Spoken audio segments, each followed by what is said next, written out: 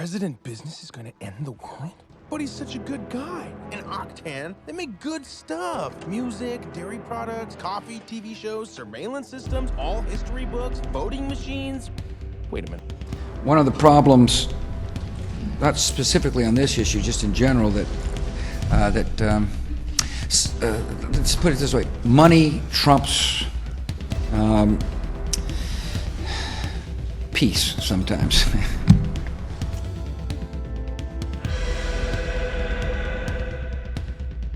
The very word secrecy is repugnant in a free and open society, and we are, as a people, inherently and historically opposed to secret societies, to secret oaths, and to secret proceedings.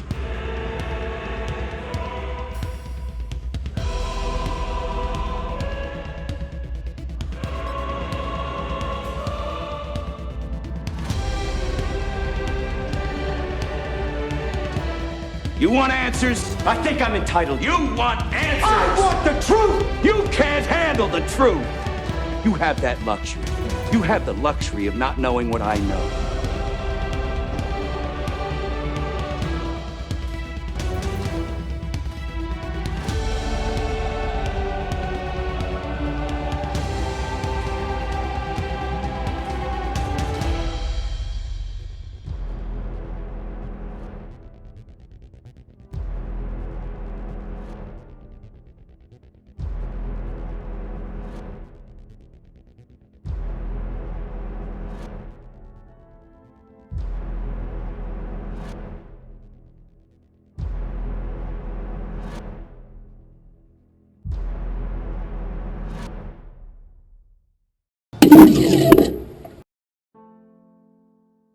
Hello everyone, welcome back. This is part 2 of Why They Lie. If you haven't seen part 1, you need to stop the video now, go back and watch it before you come to this video. Okay, it will make more sense to you and you'll understand where we're coming from.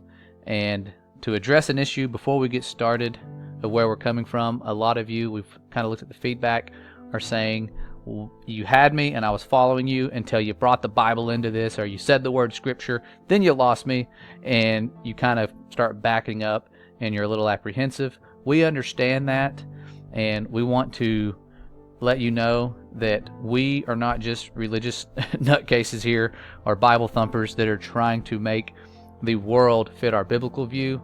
For our whole lives, we've made the Bible fit the worldview, and it wasn't until some miraculous events took place that totally changed our lives. I've shared one of those events that happened 10 years ago in a video called Heartbreak and Suicidal Thoughts. You can watch that and see what happened that kind of changed the way I look at God. And I already knew that evolution was a hoax and could understand that, but there was something different. When you start experiencing things that show you that the world is lying to you about who God is and how much He loves us and how forgiving He is and all that, once you start seeing that, you're like, okay, if they're lying to me about creation and God, what else are they hiding? And something inside of every one of us, or most of us, is telling us that something is off. We're kind of waking up to the evilness and the corruption. But we weren't raised in the church. We don't come from that type of a background where we force our beliefs on anybody. And in reality, we're not allowed to teach what we believe. If I tried to teach what I believe in school, I would get fired rather quickly. Everyone who's a believer knows that. It's a lot better than it used to be. We were burned for trying to teach what people now think is a fairy tale, and it's illegal in many countries, and it's not because it's a fairy tale. But the rulers of this world, they know what would happen if everyone knew what the world is really made like and how it was shaped and that it was designed and all of that. So we're going to get into the why. It's about to get really crazy. I don't want to scare you off if you're afraid of the Bible or it rubs you the wrong way. I don't apologize. I just want you to understand that we're coming from an area where our view of the world has changed. And it's not really just to make it match the Bible. There's a lot of crazy, really super awesome miracles that happened, and miracles that happened back to back that set us where we are. I will share those eventually. I think they need to be shared. It's been on my heart to share them because it really is awesome, and it proved to me beyond a shadow of a doubt that we are something special and that we are loved. Okay, but to switch gears, talk about the evilness of this world. Here's a man that you need to know about. I will leave the interview in the description. If you don't want to sit through it, because it's pretty painful to watch, it's really sad. There's a guy named Ronald Bernard, and if you're a truther, you've probably heard of him. And he was one of those who made it really, really high up on the pyramid. His goal was to make it to the top. He really didn't have a conscience, and he explained that, how he really didn't have a conscience, and he kind of would do things to make his way to the top. He would destroy businesses and hear stories about, the people that he destroyed the business of to kind of make financial gains would kill themselves because they couldn't support their family or whatnot. And it didn't matter because he was one of the elites, and you kind of just put your heart in a freezer, he said. And he would partake, he would get invited to these satanic rituals and these organizations. They would invite him in, these people, and to them he said Lucifer and the devil and all that stuff is real, and they worship him, and they do things, and he thought it was all fun and games, and they would serve liquor and do all these things. It was entertainment. But eventually it got really, really deep, and they wanted him, as he got higher up, to partake in something that has to do with children, and that is child sacrifices in particular. And that's where he drew the line, because he had kids of his own. He started withdrawing from this. His conscience actually kicked in, and it changed him, because he witnessed something that would scar hopefully any one of you. And I know you might think the Bible's a fairy tale, but to the ones that rule this world, and he said there's about 8,500 people or so, and he's pretty good with math, so he's probably right, that rule this world. And they don't care about you at all whatsoever. And in order to keep you under control, you have to believe a certain way. Okay? And it'll make sense when we're done with this journey. Hopefully we'll get pretty far on part 2. But it's a rabbit hole that gets deeper and deeper. Okay? I'm just telling you, trying to prepare you. It gets really deep. But your journey with how you see the world started with basically how you see creation. And that's with really good models and pictures. You got hands-on. You were exposed to these things at an early age. You were taught about them. You understood exactly where you were because of the imagery you saw. You're the third little planet from the sun. You have to really understand that they're all spherical. You could see them with a telescope. We can see them. And we are one of those planets. We're just like those spheres that you see in the sky. It makes perfect sense. Everything's jiving. Everything's going good. We don't ask any questions. And we have proof, lots of solid proof, especially the most solid proof comes from the better models that they make. When they can just show them to you and the models get better and the pictures get better, well, they try to get better. But when you're asleep, you don't notice that they're just throwing out anything. And it's when you finally wake up that you realize, holy crap, I've been looking at cartoons and thinking that's where I lived. And it's really crazy. We were looking at stuff with our peripheral vision and didn't even know it. But here's some of the sloppy work they do, and they have to draw these and piece these together from imagery taken high up, and it's basically artwork. And that's why we have global continent change instead of global climate change. We weren't warned about that, but a few years later, the United States is really big now, and we weren't aware of that. But that's what happens when you live on a cartoon ball and your reality is painted in. And I'm going to take you to the very first time we saw Earth from space. And we thought we saw Earth from space. It was very mesmerizing. The whole world was captivated. There was a space race going on, people. And the goal was to show you what Earth looks like and prove that Christopher Columbus, our hero who destroyed the Native Americans and all of that, was correct, that the Earth was round. He didn't fall off the edge. That's the part that gets ingrained in our minds, that there's some edge that water's falling off of. And he didn't fall off that edge. He went in a circle around this globe, and that's what it looks like. But sadly, this is not the globe Earth. This is just looking through a circular window like the one you see on the right, and they put a little insert at the bottom to represent the Terminator line. They were caught doing that. That video evidence is out there. I'm not going to go in depth on that. You can research that yourself. But looking at this picture and asking for wisdom, sometimes things are shown to you. And this little picture here of Earth where the clouds take up the entire Earth, and especially over here, kind of crazy. Looked familiar when I was looking at the Rob Skiba video where he made a box appear around the Earth by adjusting the levels in a picture similar to this one.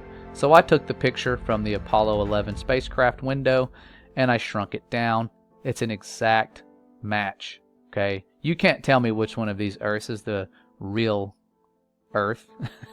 Okay, it's very deceptive, but they cut and pasted it in there, and that was the first time we saw Earth. We had to see it that way. There's nothing left to see on this round ball Earth, and this isn't a deception that started in the 1900s or the 1800s or the 1500s. This is something that goes beyond that. You have to understand how the powers of darkness work, and I know biblical scriptures kind of scares a lot of you away, so I'm not going to read a prophecy from the Bible. Okay, I'm actually going to read something here in just a little bit that blew my mind, and it has to do with the heliocentric model, and it was part of a plan that's thousands of years old. And here you have the people that came up with this model. Here's Copernicus. We're told these people are super geniuses and super smart. There were no IQ tests. Here he is back when Copernicus had a perm. He's one of the first people credited for creating this model. They were all Freemasons, similar to the evolutionists, and they always had their little compass tool, all their little Freemason tools. I'm guessing since the Earth is spherical, having the compass, you can draw circles, and you could make the globe pretty easy with those tools. So there he is drawing his first globe. And he got his hair straightened for this particular picture. You kind of wonder, were these people even real? Or did they just throw them into our history books? So they didn't have cameras back then. You can just make up anything. But Copernicus here didn't even have a telescope. Pretty much just went and looked at the stars, figured out the Earth is round from looking at the stars, watching the sun go down. Pretty easy, pretty cut and dry. But the prophecy here that blew my mind, because I did not know there was a heliocentric model prophecy, happened in the book of Enoch, which is not in the Bible. It was taken out of the Bible at the exact time that this guy was coming up with the heliocentric model. And it all makes sense when you hear this prophecy. Okay? Because the book of Enoch, if you're not familiar with it, actually tells you how the stars work, how the seasons work, how the moon and the sun work, how all these things work. And there is a prophecy that happens after it explains all of this. It says it tells them to keep these understandings of how they work. But then it says this, and many chiefs of the stars shall transgress the order prescribed, and these shall alter their orbits and tasks. Okay, the chief stars. This is talking about the planets. And it says, and not appear at the seasons prescribed to them, because remember, stars are for signs and for seasons. And the whole order of the stars shall be concealed from the sinners, which is us, and the thoughts of those on the earth shall err concerning them. As in, we think the stars up above are just distant suns light years away. That's what we think they are. Okay? And it says, and they shall be altered from all their ways. Yea, they shall err and take them to be gods, and evil shall be multiplied upon them. Okay? Crazy fact. All of the planets are named after gods, except for Earth. Holy cow, we've literally done exactly what that prophecy said. We do not understand the stars at all. We think that the sun is a star, okay? We think that the stars are just distant suns. We have lost our understanding. We've been under a delusion, okay? And God has allowed it to happen. It says in 2 Thessalonians in the Bible that he's going to allow that delusion to happen so that the people who love truth won't be deceived. Okay? So love truth, look for truth. I know it's easy to get turned off by this movement and think it's a bunch of religious people. Okay, and here I am throwing out some stuff from the book of Enoch, which was removed from the Bible, but it was found in the Dead Sea Scrolls as part of the Bible thousands of years ago. Okay? So it was with the Bible and the Dead Sea Scrolls. My wife's bought that so I can actually read those texts, which is pretty cool. Look forward to that. But it's kind of crazy. These are some of the things you figure out once you're trying to understand why are they lying to us about the earth? Why is it so important? What's so significant about this lie? But it has to be a part of their equation to control the world. You have to lie to the world about what it is. Okay? So the lie and the rabbit hole gets deeper and deeper the more you dig. Okay, so you look into this and you get a general understanding of the flat earth model, and you think, okay, it's got some holes in it or whatever. I don't buy into a particular model just yet. I don't want to be deceived again, and I know there's some fake flat earth organizations, and I'm pretty sure they could be putting out some fake maps, but there's a lot of different ideas of what it looks like. Some say it looks like the United Nations flag, which makes a lot of sense, because the United Nations formed after the Antarctic Treaty and all that, and the fake space race. Okay, but the space race was never really a race to the moon. It was actually a race to prove the ball Earth. And we always thought, most of us who understand, hopefully most of you understand, the moon landings were faked. Okay, if not, we've got some videos to prove it beyond a shadow of a doubt. But the moon landings were faked.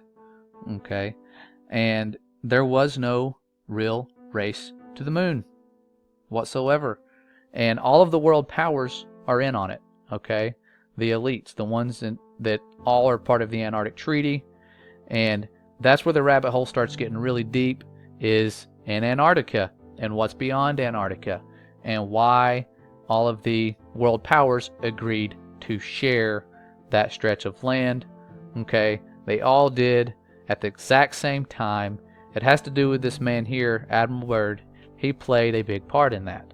Okay, so this happened at the exact same time, around 1958, was right after the Antarctic Treaty, is when NASA formed and the space races started getting underway, and everyone was guarding Antarctica, because there's something special about Antarctica that we're going to find out in part 3. So stay tuned. We hope we haven't scared too many of you away. It's about to make a lot more sense. There is so much to cover with this topic, and we really thank you guys for spreading truth, being kind, asking questions, understanding that what other people have experienced is different than what you have experienced, and their worldview is based on their upbringing, their background, and we all have different minds, so we need to work together. Don't be mean to people who believe in the globe. If I have insulted anyone who believes in the globe in any way, I apologize. It was not intentional, and especially, people like NASA. I am aware that there are tons of great scientists. Not everyone at NASA is evil. Okay, there are really good scientists that work there, really good artists, and every space program has many of good scientists. And we're not going to go far out and say that there are no satellites and everything like that. We have a playlist that you can check out to see how they get satellites up there and how they stay up there for a while until they come back down to Earth, eventually crashing down sometimes. But there's a lot of questions, there's a lot of answers out there, so we appreciate you guys being patient. It's a long journey. It's not simple to undo a lot of the damage that's been done, and many people will say that we are an example of a failed education system, and I am thankful that it did not succeed in my case, and you will be too if it fails you as well, and I hope it does. Okay, and I mean that in the best way possible. But we love you guys. Hopefully we'll see you around. If not, it's been fun. Thanks for stopping by. God bless.